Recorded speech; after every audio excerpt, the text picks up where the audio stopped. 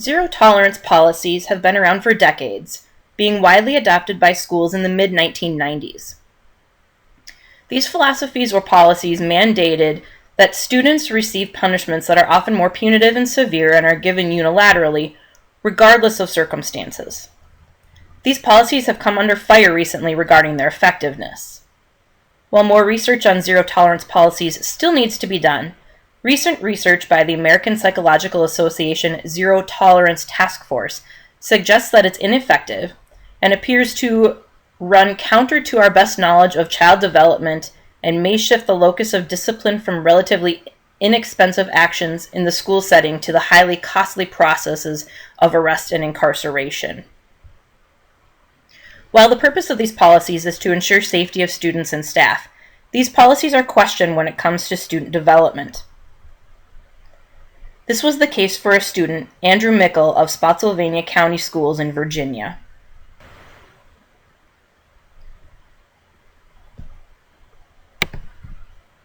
In December of 2010, freshman Andrew Mickle II brought to school several small hollow plastic balls he found at home.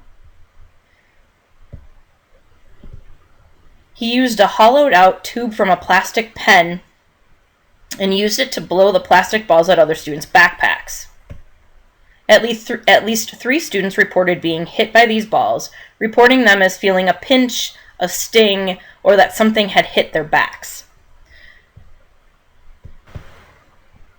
The school claims that one student experienced welts on her arm, but the school did not report it as a medical incident or one that needed any type of medical care. Students reported this to the assistant principal, and Andrew was questioned. He admitted to blowing the pellets, but insisted he was not trying to hurt anyone. The assistant principal requested that Andrew fill out a student incident report form. On this form, he gave details about the pellets, the pen tube, and where he aimed the pellets. He also acknowledged that he did not think things through carefully and that he could have seriously hurt someone. The assistant principal suspended Andrew for 10 days, then discussed this with the coordinator of student safety. School officials thus imposed a 5-month suspension under the Student Code of Conduct, viewing Andrew's actions as what they termed violent criminal conduct.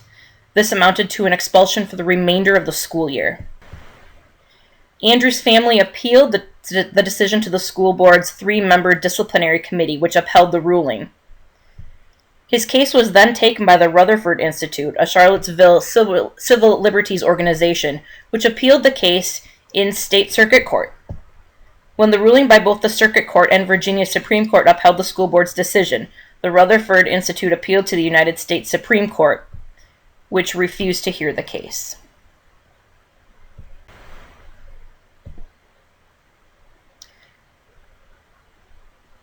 Given the states of schools' zero-tolerance policies, this case could set precedents for how zero-tolerance policies are interpreted. What this case asked the courts to do was to intervene in order to preserve meaningful judicial review of school disciplinary actions, to preclude schools from enjoying an unjust double standard, and to prevent the adoption of draconian penal culture. It argues that the school officials are given a lenient and relaxed legal standard so they can efficiently manage discipline in the school setting. However, the argument is that these officials use that standard to the detriment of the students by using words such as battery out of context and use its highly technical meaning inappropriately.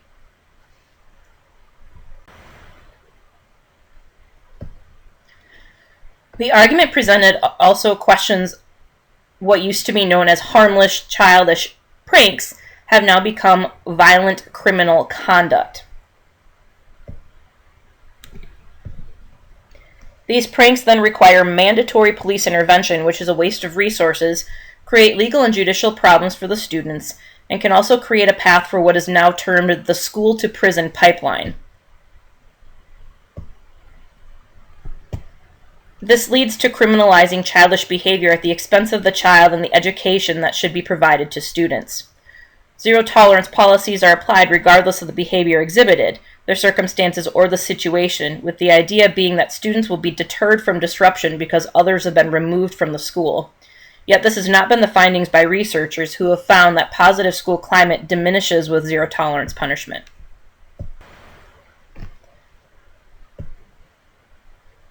Additionally, it's important to have an understanding of brain development when working with adolescents, and zero-tolerance policies do not allow for that. As the American Association Zero Tolerance Task Force reports, adolescents are more likely to take greater risks and to reason less adequately about consequences of behavior. It should be questioned about whether to enforce the idea of zero tolerance on children whose brains are not developed and therefore cannot make appropriate decisions. When dealing with education, stakeholders are many. With this particular case, stakeholders directly connected would be students, parents, school officials, and law enforcement. Zero-tolerance policies, as demonstrated by this case, show that adults make decisions for their students regardless of circumstances or situations, and that it's not okay to make mistakes. In this particular case, Andrew Mickle admitted that he did not think through the situation, and if he had, he would have realized his actions could have hurt someone. The APA task force researched the effectiveness of zero-tolerance policies and determined that although the idea of zero tolerance was that removing students who violated school rules would create a school climate more conducive to learning for the student who remain, the opposite has been true. Schools with higher rates of social suspension and expulsion appear to have less satisfactory rates of school climate. They found that it created a negative relationship between the use of suspension and expulsion and school-wide academic achievement. Additionally, if students are consistently worried about any aspects of their behavior being criticized or categorized as criminal, despite no ill intent, or simply due to immature brain development, this can also hinder meaningful relationships with adults at school. This breaks down the learning opportunities and communication. John Hattie, in his research, clearly showed that a positive student-teacher relationship sharply increases student achievement. Similarly, the idea that parents support zero-tolerance policies because it ensures the safety of schools. While this may be true if parents truly believe their children's safety is a concern, if parents believe that a student's right to an education is being threatened, they will fight against zero-tolerance policies. Schools are viewed as acting in loco parentis. Parents should have a reasonable degree to which they believe the schools are working with them to create contributing members of society. Zero-tolerance policies do not allow for teachable moments as they prescribe a punishment without looking at the individual situation. This often pits parents and schools against each other.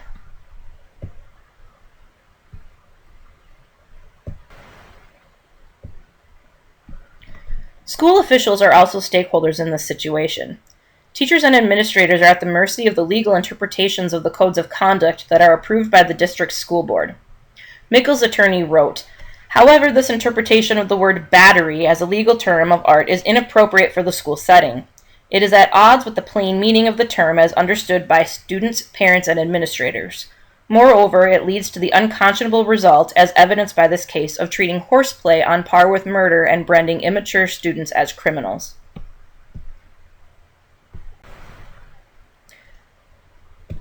Furthering the judicial system's involvement in school discipline takes away the school's ability to effectively govern the school. In involving the justice system, which zero-tolerance policies do at large, it pulls resources from other needed areas. Justice Clarence Thomas wrote in a dissent that the function of judges is not to implement school policy. Courts at all levels, as evidenced by Mickle versus the school board, deal with cases regarding zero-tolerance policies. While others have tried to bring zero-tolerance policies to the forefront in legal proceedings, lawsuits challenging zero-tolerance policies have generally not succeeded. This tends to be due to the belief that implementing and amending public school policies is not a primary function of the court system. This should be up to parents, teachers, school administrators, local school boards, and state officials. The unfortunate situation, however, finds an increase in the use of police interventions, justice system recommendations, and judicial review. John Nance, an associate professor of law and associate director of educational law and policy at the University of Florida Levin College of Law, wrote an article addressing the over-disciplining of students and the school-to-prison pipeline. He writes, during the 2011-2012 school year alone, schools referred approximately 260,000 students to law enforcement, and there were approximately 92,000 school-based arrests. Many have referred to this disturbing trend of schools directly referring to students to law enforcement or creating conditions under which students are more likely to becoming involved in the justice system, such as suspending or expelling them, as the school-to-prison pipeline. In fact, Henry Wilson, the senior fellow at ICF International in Washington, D.C., wrote that more than half of the current prison population entered prison without a high school diploma.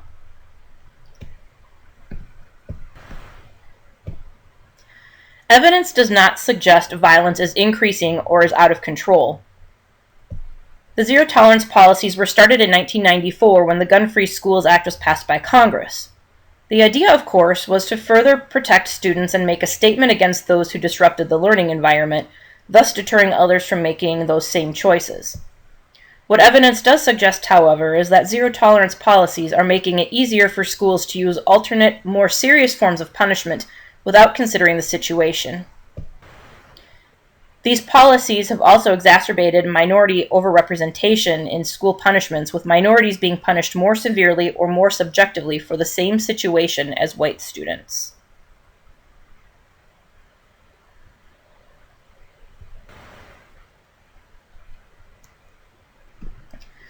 Additionally, recent research suggests that the adolescent brain is even more underdeveloped than originally thought.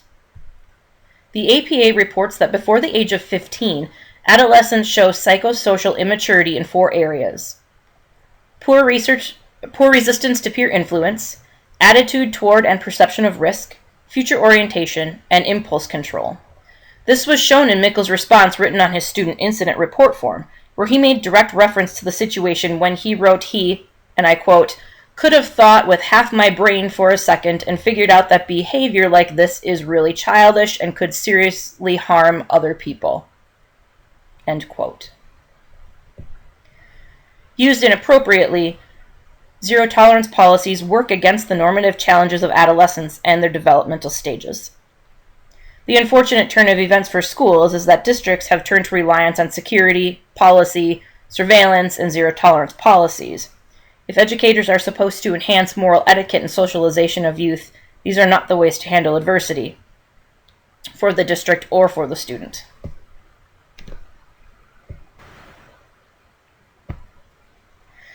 Zero-tolerance policies have not been shown to be effective as their intended purpose. These policies should be used only for the most egregious offenses, such as being in possession of a weapon that is inherently intimidating and dangerous and was used with the intent of causing harm, either physically or emotionally. This would call for reform for school districts. District officials should be able to use common sense to dictate the appropriate discipline to use and not rely on heavy legal language as demonstrated in Mickel's case. This can be done in a variety of ways. First, teachers should be trained regularly in classroom management. Many behaviors can be redirected easily in the classroom. Teachers should be empowered to take care of issues in their rooms accordingly.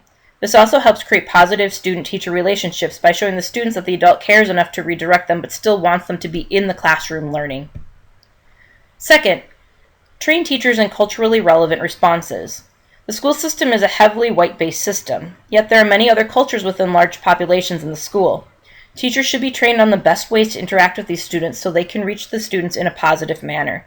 This can be done by teacher in-service, cultural speakers, and family interactions. Third, involve teachers in the process of looking at each disciplinary intervention. Have teachers assist with the disciplinary gradations and look to see that each has a beneficial impact on behavior and school safety. This will also help teachers find a way to connect with students positively, especially those who've been alienated by at-risk behavior or discipline problems. Fourth, the APA suggests that effective school discipline and school violence programs need to include 3 levels of intervention. The first level would be primary intervention strategies targeted at all students, such as bullying prevention. The second level would be secondary prevention strategies targeted at students who are at risk for violence and/or disruptive behavior, such as the threat assessment. And the third level would be tertiary strategies targeted at students who've already been violent or disruptive, such as with restorative justice. Schools need to reevaluate their need for zero-tolerance policies. While the original intent was meant for good, the outcome thus far has been less than desirable. They've become dangerous and ineffective to the youth, have taken away the school's ability to use common sense and take into consideration the circumstances and situations, and have damaged school and family relationships. The duty of the school is not only to provide a firm educational foundation for students, but to do so in a safe and positive learning climate. By giving teachers the tools they need to effectively run their classroom and create meaningful relationships with their students, by allowing administrators to use common sense in assigning discipline, and by giving the school boards authority to look at each situation individually, students will receive the safe, positive, and productive learning environment they deserve.